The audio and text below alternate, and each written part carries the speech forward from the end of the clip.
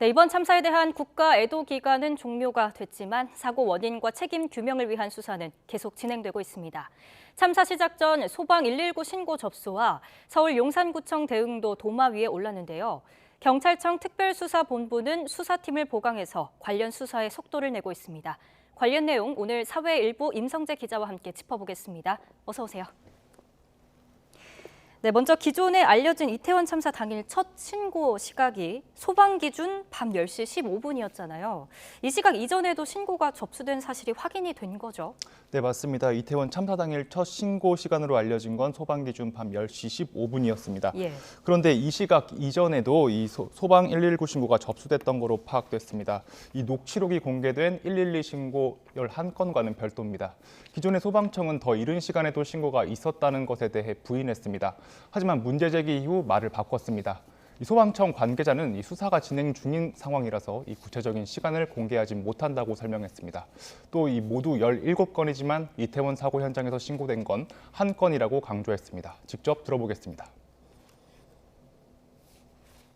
사고 현장에서 이제 신고된 것은 1건이고 나머지 16건은 그쪽 현장하고 상관없는 인근 주변. 그런데 참사 발생 전 119 신고 17건이 이 행정안전부 상황실에는 전달되지 않았던 것으로 파악됐습니다. 예. 이 경찰청 특수부는 앞서 서울 소방재난본부 방재센터 종합상황실 등도 압수수색했는데요. 이 밤 10시 15분 이전 119 신고 내용을 구체적으로 들여다볼 거로 보입니다. 이 300명이 넘는 사상자가 나온 가운데 이 늑장 대응은 없었는지 짚어볼 예정입니다. 네, 그렇군요. 이런 가운데 참사 전후 서울 용산구청의 대응도 현재 도마 위에 올랐죠.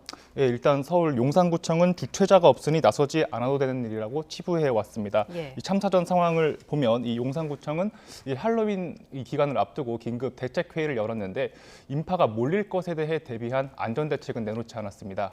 2년 전엔 할로윈 기간을 앞두고 이 구청장 주재로 방역과 안전을 논의했지만 이번엔 구청장도 없이 부구청장 주재로 관련 부서장들만 참석한 채 진행됐습니다. 그런데 행정안전부는 이 밤 10시 53분쯤 이 용산구와 서울시에 철저한 상황 관리를 지시했다고 밝혔습니다. 또 소방도 이 용산구청에 이 밤 10시 29분 통보했다고 밝혔는데요. 이 용산구청이 행안부 상황 관리 지시 이후 어떤 보고를 했는지 살펴봐야 할 부분입니다. 또 이태원 참사가 일어난 해밀턴 호텔 뒷골목 근처 이 용산구청 통합관제센터 CCTV가 2대가 있는데요. 이 참사 당시 관제센터가 현장 근처를 내내 지켜봤습니다. 이 근무자는 이태원 일대 할로윈 대위 관련 이 CCTV를 분석하는데 이 화질이 좋지 않다, 식별이 어렵다 등을 적었습니다. 현장을 내내 지켜보고도 참사 뒤 이 용산경찰서로부터 관련 상황을 질문받고 나서야 일대에 사람이 너무 많다, 밀려다닌다 등 현장 상황을 보고했습니다. 이 행안부는 이 용산구청 CCTV 관제센터 측으로부터 위험성을 알리는 별도 통보는 없었다는 입장입니다. 네, 대응 부실이 계속 속속히 드러나고 있는 상황입니다. 용산 경찰서장이었던 이임재 전 서장 리포트로 앞서 전해드렸습니다만 이 동선도 계속해서 논란이 되고 있다고요? 네, 말씀처럼 이임재 전 용산경찰서장의 동선이 공개되면서 계속 논란이 되고 있습니다. 예. 이 전 서장은 집회 관리 후에 이 밤 9시 24분쯤 용산서 주변 식당을 들렸습니다. 이 식당에 들어간 지 23분 만에 관용차를 타고 이태원으로 출발했는데요. 이 이태원역에서 지하철 한 정거장인 이 녹사평 인근에 도착한 건 밤 10시쯤입니다. 참사 발생 직전인데 이 차로 진입이 어려워지자 계속 우회로를 찾았습니다. 10시 55분쯤에서야 인근 거리에 하차했는데요. 이미 수많은 희생자가 나오고 있는 상황이었습니다. 이 논란이 되는 건 도보 10분 정도 거리인데 굳이 차로 이동하려고 고집한 겁니다. 가장 먼저 사태를 파악해서 이 초동 조치를 지시해야 할 담당 경찰서장이 이 관용차를 고집하다가 이 1시간 정도 차 안에서 허비하게 된 셈입니다. 네, 1시간 정도를 차 안에서 허비를 했다.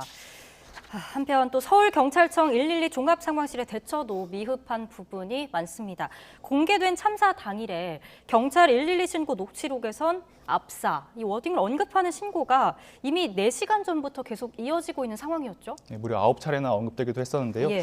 먼저 김광호 서울청장은 지난달 29일 이 저녁 8시 36분 서울청을 나선 뒤 밤 11시 36분에서야 보고를 받았고 네. 이 다음 날 새벽 0시 25분쯤 참사 현장에 도착했습니다.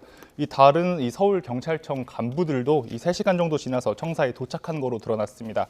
이 밖에 서울청 공공안전차장은 참사 이튿날인 지난달 30일 새벽 1시 1시 25분쯤, 경비부장은 3분 뒤인 새벽 1시 28분쯤에 이 청사에 도착했습니다.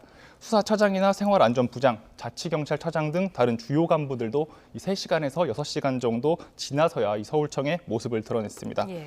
당시 서울경찰청은 이태원 일대 마약 강력범죄 담당 형사 인력을 대거 배치했었는데요. 정작 현장 인근에 배치된 형사 인력을 투입한 건 29분 뒤입니다.